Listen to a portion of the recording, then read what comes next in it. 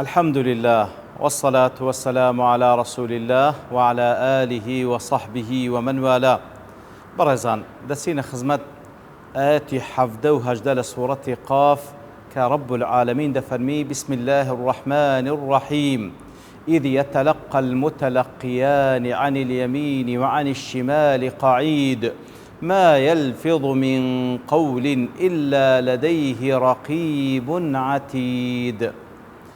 بەڵێ خۆشەویستان، رب العالمین بێجگەلەوەی کەوا بە ذاتی خۆی سبحانه وتعالى ئاگادارە بە هەموو هەست و نەستەکانمان و ئاگادارە بە کار و کردەوەکانمان وەکو لە ئاەتی پێشووتر فەرمووی. بەڵام لە بۆی کە ئیقامی حوجەمان لەسەر بکە مەلایکەتیشی دانا کە ئەو هەر لەفظێک بەسەر زمانمان دادێ، هەر لەفظێک بەسەر زمانمان دادێ دەینووسنەوە.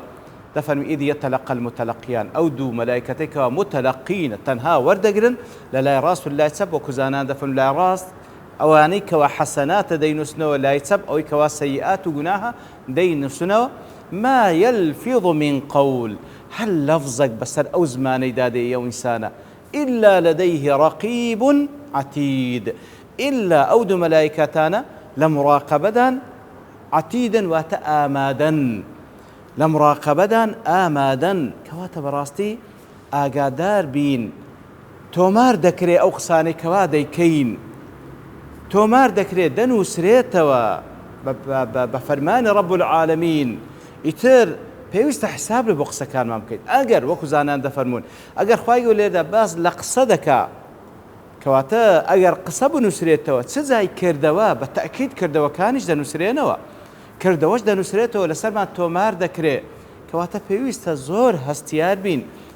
ما يلفظ من قول، هەر تەلەفوظ بە هەر قەولێک دەکەی، هەر قەولێک بەسە زمانت دادێ إلا لديه رقيب عتيد. ئەو مەلایکەتان خوای گەورە سبحانه وتعالى لە سورة الانفطار وصفیان دەکەوە إن عليكم لحافظين كراما كاتبين. ئەو مەلایکەتانێکەوە کار و کردەوەکانتان دەپارێزن و دەینووسنەوە كراما كاتبين، هم كاتبن واتە دەستی نووسینیان هەیە، هم كراما بەڕێزن. کەواتە کاتێک کە خوای گەورە بەو شێوەی وەصفی ئەو قەزایە غەیبیانەمان لە بۆ دەکات، بۆی کەوا ئێمە شەرم لە خۆمان بکەینەوە. طبعاً ئەو مەلایکەتانی کە لەگەڵماندانە مەلایکەتی بەڕێزن، الله تعالى وەصفیان دەکات کەوا بەڕێزن. ئیتر ئەو مەلایکەتە بەڕێزان ئاگادان ئێمە چی دەڵێن و چی دەکەن، دەینووسنەوە تۆماری دەکەن، شەرمیان لێ بکەین و لە سەروی ئەوان شەرم لە الله تعالى بکەین کەوا الله تعالى ئاگادارە بە کار و کردەوەکانمان بە ئەو لەفظانی کەوا بەسە زمانمان دادێ. ئیتر قسە زۆر گرنگە.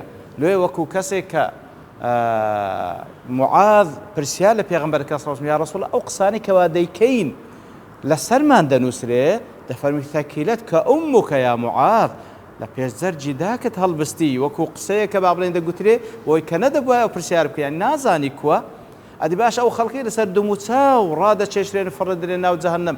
ئەدی هەموو ئەوانەی کەوا تووشی جەهەنەم دێن لەبەر ئەوەی نی حەصائید و ئەلسینەتیهم، واتە دوورینەوەی ئەو نەتیجانەیە کەوا بە زمانیان کردیتیان و ئەنجامیاندایە. کات بەڕاستی پێویستە ئەو کەلیمەیە کە بەسە زمانت دادێ لەسەر دەنووسرێ، جاری وایە بە یەک کەلیمە وەکو پێغەمبەر صلی الله علیه و سلم دەفەرمی ئەتووکەوە قسەیەکی خێرە دەکەی لەوانێ لات ئەوەندە گەورە نەبی، لای الله تعالى چەندین مەرتەبە بەرز دەبیەوە. جاری واشە یەک کەلیمەیە لەوانەیە کەوا ئەتوو دەزانی گوناح بەس نازانی گوناحیان دەگەورێ، چەندین ساڵ پێی لە جەهەنەم دەبینێ، خوا پەناماندا. کاتە پێویستە ئاگاداری زمانمان بین، ئاگاداری زمان، چکە زۆربەی زۆری مەسائیبەکان لە زمانەوە دەست پێ دەکا و خوا پەنامان بدا و خوای گەورە ئەو زمانەمان پاراو کە بە ذکری خۆی و بمان پاریز لەوەی کەوا قسەیەکی پێ بکەیت کە لەسەری قەردابینەوە لە دنیا یان لە قیامەت. وصلى الله وسلم على نبينا محمد وعلى آله وصحبه أجمعين، وآخر دعوانا أن الحمد لله رب العالمين.